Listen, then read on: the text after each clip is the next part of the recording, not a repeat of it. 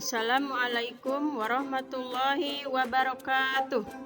Bagaimana kabar teman-teman semua? Semoga semuanya dalam keadaan sehat dan siap untuk belajar hari ini. Ingat, dalam sebuah hadis dikatakan bahwa barang siapa yang menempuh satu jalan untuk menuntut ilmu, maka Allah mudahkan baginya jalan ke surga. Hadis riwayat Muslim.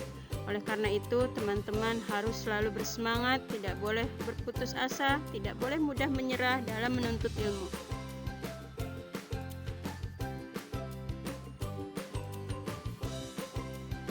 Baik, pada kesempatan ini kita akan mempelajari bab 3 IPS, yaitu tentang peran Indonesia dalam kerjasama ASEAN.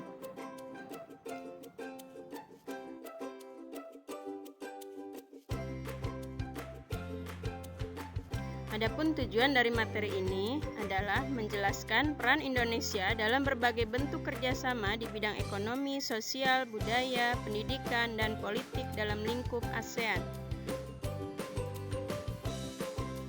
Kita awali dari pengertian ASEAN. Apa itu ASEAN? ASEAN singkatan dari Association of Southeast Asian Nation atau Perhimpunan Bangsa-Bangsa Asia Tenggara.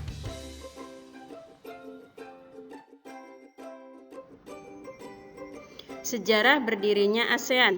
ASEAN didirikan oleh 5 negara, yaitu Indonesia, Filipina, Thailand, Singapura, dan Malaysia pada tanggal 8 Agustus 1967 di Bangkok, Thailand.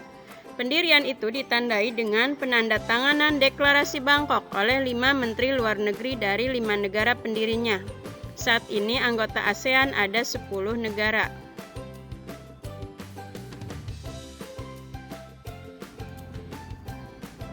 Berikut adalah tokoh pendiri ASEAN, yaitu 5 menteri luar negeri negara ASEAN. Yang pertama ada Adam Malik dari Indonesia, Narcisco Ramos dari Filipina, S. Rajaratnam dari Singapura, Tanat Koman dari Thailand, dan Tun Abdul Razak dari Malaysia.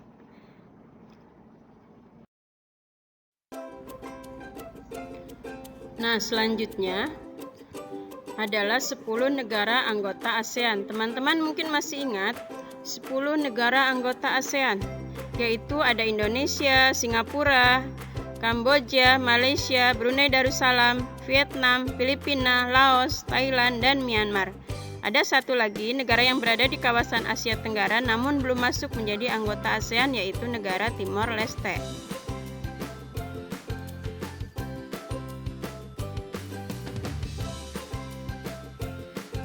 Negara anggota ASEAN menurut urutan masuknya. 5 negara yang pertama adalah negara pendiri ASEAN.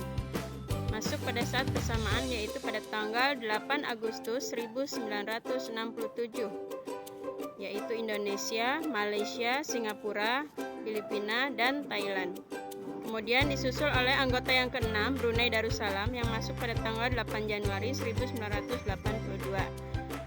Berikutnya adalah anggota yang ke-7, Vietnam, masuk pada tanggal 28 Juli 1995. Kemudian disusul oleh Laos menjadi anggota yang ke-8 pada tanggal 23 Juli 1997. Disusul lagi oleh Myanmar menjadi anggota yang ke-9 pada tanggal 23 Juli 1997. Dan yang terakhir, anggota yang ke-10 yaitu Kamboja masuk pada tanggal 30 April 1999.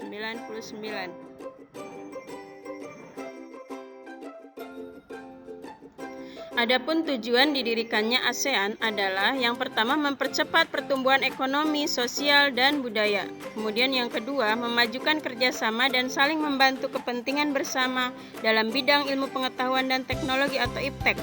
Yang ketiga, meningkatkan perdamaian dan stabilitas di kawasan Asia Tenggara. Dan yang keempat, memajukan kerjasama di bidang pertanian, industri, perdagangan, dan pengangkutan, serta komunikasi.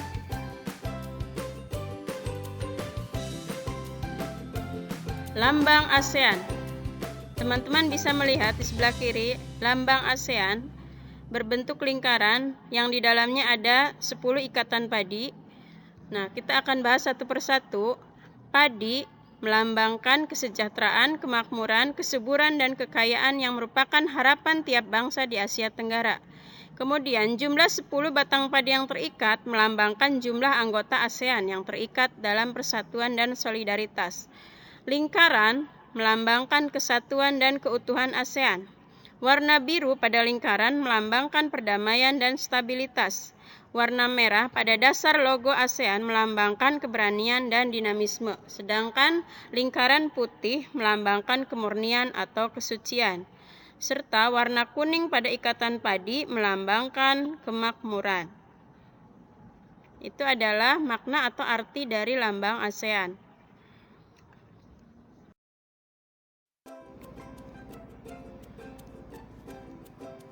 Selanjutnya adalah peta negara ASEAN. Teman-teman mungkin masih ingat, di sini peta negara ASEAN.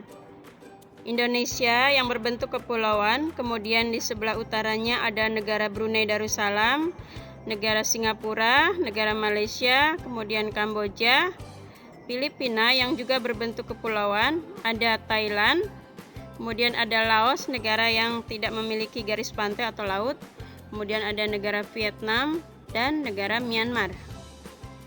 Ini adalah kawasan negara-negara ASEAN.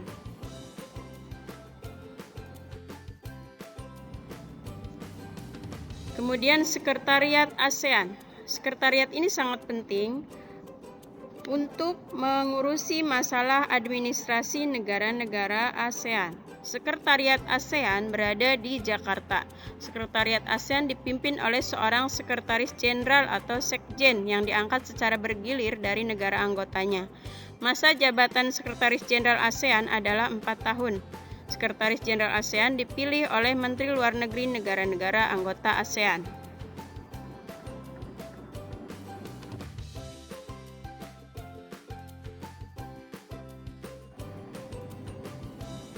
Sekarang kita akan membahas Indonesia sebagai salah satu negara anggota ASEAN. Apa saja peran Indonesia sebagai salah satu negara anggota ASEAN? Kita akan bahas di slide berikutnya.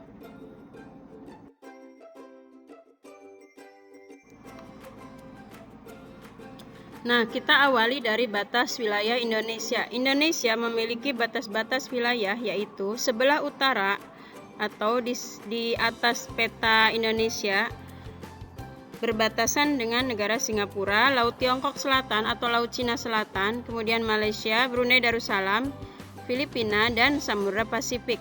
Di sebelah selatan atau di bawahnya Kepulauan Indonesia berbatasan dengan Samudra Hindia, Timor Leste, dan Australia. Di sebelah timur atau di sebelah kanan dari Kepulauan Indonesia berbatasan dengan negara Papua Nugini dan Samudra Atlantik. Kemudian di sebelah barat atau di sebelah kirinya berbatasan dengan benua Asia dan Samudra Hindia. Penduduk Indonesia. Karena Indonesia merupakan negara dengan jumlah penduduk terbesar keempat di dunia, maka di kawasan ASEAN Indonesia mempunyai jumlah penduduk terbanyak atau terbesar, yaitu sebesar 260.580.739 jiwa berdasarkan sensus tahun 2017. Kekayaan alam Indonesia. Karena Indonesia merupakan negara dengan bentuk kepulauan dan memiliki banyak laut, maka Indonesia juga memiliki banyak wilayah pantai, memiliki keragaman flora atau tumbuhan, serta keragaman fauna atau hewan. Kemudian Indonesia juga memiliki keindahan laut dan daratan.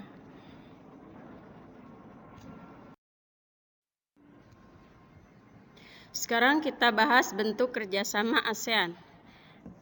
Bentuk kerjasama ASEAN di bidang ekonomi. Yang pertama, penetapan tarif khusus anggota ASEAN atau AFTA. Tujuan dari penerapan tarif khusus bagi barang dan jasa sesama anggota ASEAN ini adalah untuk meningkatkan daya saing kawasan agar mampu bersaing dengan negara atau kawasan lainnya. Kemudian yang kedua, penelitian di bidang pertanian yang berada di Filipina.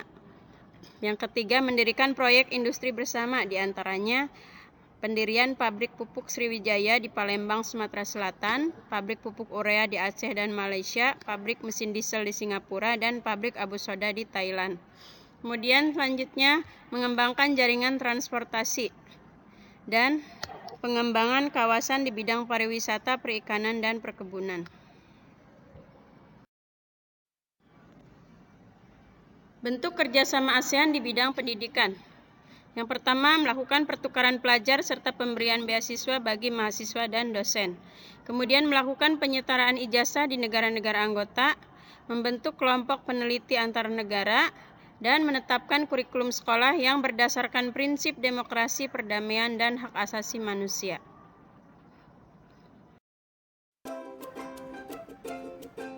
Bentuk kerjasama ASEAN di bidang teknologi, yaitu mengembangkan teknologi pasca panen secara bersama-sama dan membangun jaringan kota cerdas ASEAN.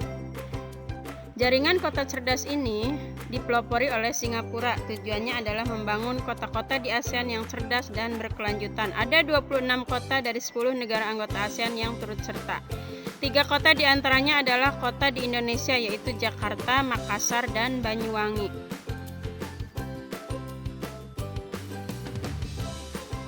Bentuk kerjasama ASEAN di bidang sosial, yaitu memberi bantuan kepada anggota ASEAN yang mengalami bencana alam, serta mengatasi peredaran narkotika dan obat-obatan berbahaya atau narkoba.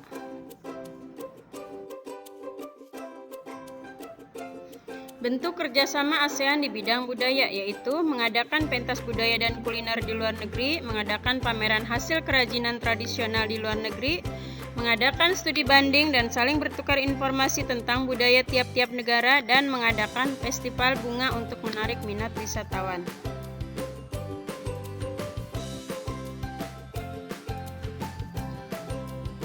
Bentuk kerjasama ASEAN di bidang politik dan keamanan, yaitu melakukan perjanjian mengenai kawasan damai, bebas, dan netral atau JOBFAN. Tujuannya adalah menjadikan kawasan Asia Tenggara menjadi kawasan yang damai, bebas, dan netral. Kemudian perjanjian persahabatan dan kerjasama di Asia Tenggara, perjanjian kawasan bebas senjata nuklir, dan pembentukan komunitas keamanan ASEAN.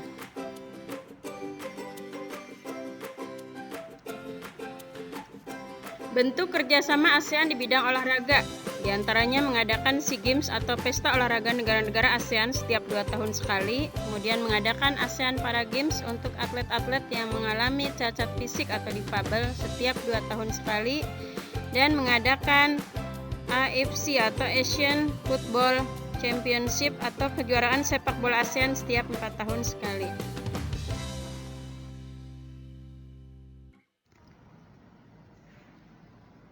Berikut ini adalah peran Indonesia dalam ASEAN.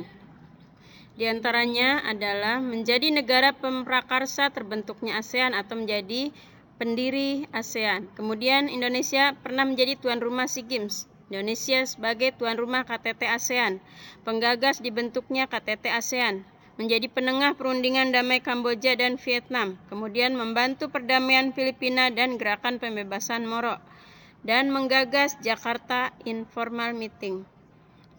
Demikian materi bab 3 tentang peran Indonesia di kawasan ASEAN. Mudah-mudahan teman-teman semua bisa memahami materi ini.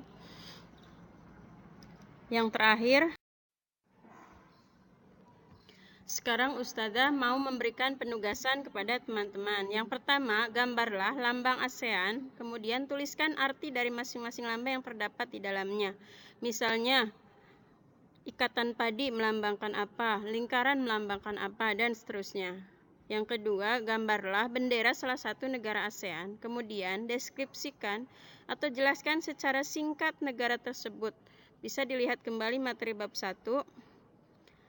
Misalnya dari karakteristik geografisnya, suku bangsa yang terdapat di negara tersebut, bahasanya, dan lain sebagainya. Itu tugasnya. Mudah-mudahan teman-teman semua bisa memahami dan selamat mengerjakan. Dan Ustazah akhiri, Assalamualaikum warahmatullahi wabarakatuh.